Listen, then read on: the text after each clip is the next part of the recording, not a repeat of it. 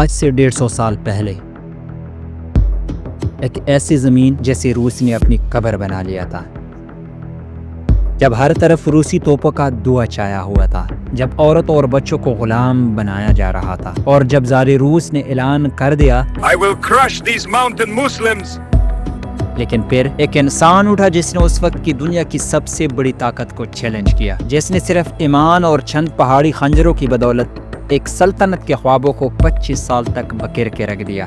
داغستان کے پہاڑوں میں گونجنے والی وہ آواز، وہ گرج جس کا نام تھا امام شامل۔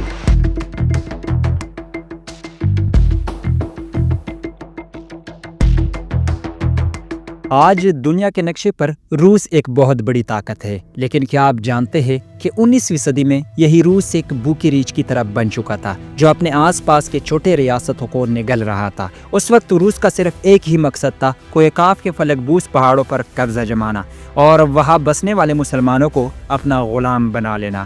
حالات اتنے خراب تھے کہ مسلمان چھوٹے چھوٹے قبیلوں میں بٹے ہوئے تھے، نہ کوئی اتحاد تھا، نہ کوئی لیڈر۔ روسی جرنیل یرمولوف، جسے دنیا کسائی کے نام سے جانتی تھی، اس نے تکبر سے اعلان کیا تھا کہ میں ان پہاڑی مسلمانوں کو اس طرح کچل دوں گا کہ آنے والی نسلیں بھی روس کا نام سن کر کام پھوٹے گی۔ مسلمانوں کے گھر جلائے جا رہے تھے، ان کی فصلیں تباہ کی جا رہی تھی۔ ایسا لگ رہا تھا کہ اب چچنیا اور داغستان سے اسلام کا نام و نشان مٹ جائے گا۔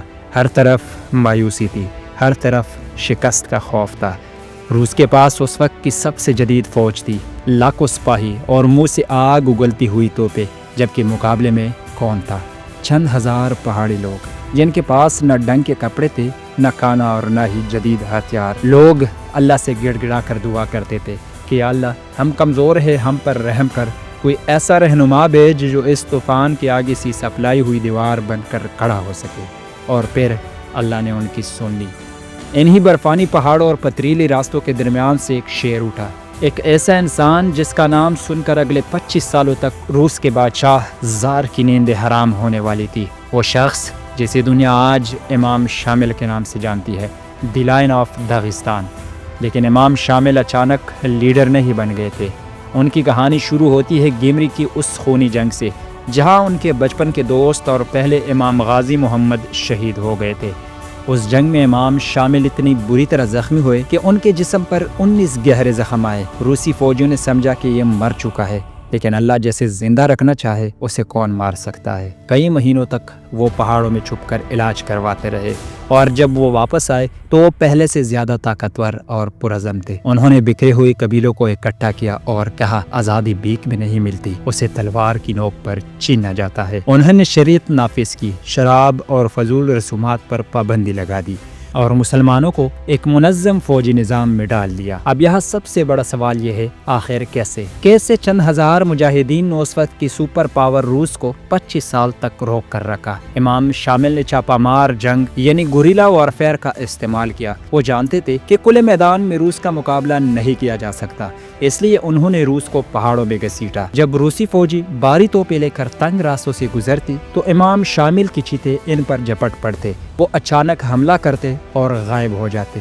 روس کے ہزاروں سپاہی ان پہاڑوں میں مارے گئے۔ ایک روسی جرنیل نے اپنے خط میں لکھا، ہمیں سمجھ نہیں آ رہا کہ ہم کس سے لڑ رہے ہیں، یہ انسان نہیں، یہ پہاڑوں کی روح ہے۔ امام شامل کی سب سے بڑی طاقت ان کا ایمان اور انصاف تھا۔ وہ اپنے لوگوں کے ساتھ وہی کہتے جو عام سپاہی کہتا، یہاں تک کہ ایک بار جب ان کی اپنی والدہ نے روس کے ساتھ سمجھوتا کرنے کی بات کی تو امام شامل نے قانون کے مطابق سزا کا حکم دیا، جو بعد میں انہوں نے خود اپنے اوپر لے لیا۔ اس واقعے نے لوگوں کو ہلا کر رکھ دیا کہ یہ لیڈر بکنے والا نہیں ہے۔ 1839 میں روس نے اوخولگو کے پہاڑ پر ڈیرا ڈالا۔ یہ جنگ تاریخ کی سب سے خوفناک جنگوں میں سے ایک تھی۔ روس نے ہر طرف سے حملہ کیا، عورتیں اور بچے بھی لڑے۔ جب گولیاں ختم ہو گئی تو مسلمانوں نے پتھر برسائے، جب پتھر ختم ہوئے تو وہ خنجر لے کر ٹوٹ پڑے۔ اس جنگ میں امام شامل کی بیوی اور بچہ بھی شہید ہوئے، لیکن شامل پھر بچ نکلے۔ لیکن دنیا کا دستور ہے، جب دشمن میدان میں نہیں جیت پاتا تو وہ سازش اور غداری کا سہارا لیتے ہیں۔ روس نے اپنی حکمت عملی بدلی، انہوں نے پہاڑوں کی جنگلات کو آگ لگانا شروع کر دی تاکہ مجاہدین چھپ نہ سکے، اور سب سے گھٹیا حرکت یہ کی کہ کہ انہوں نے مسلمان قبیلوں کے سرداروں کو دولت اور عہدوں سے خریدنا شروع کر دیا۔ مسلمان ہی مسلمان کے خلاف ہو گیا۔ آخر کار 1859 میں گنیب کے پہاڑ پر امام شامل اپنی گنتی کے چند وفادار ساتھیوں کے ساتھ گرے میں لے لیے گئے۔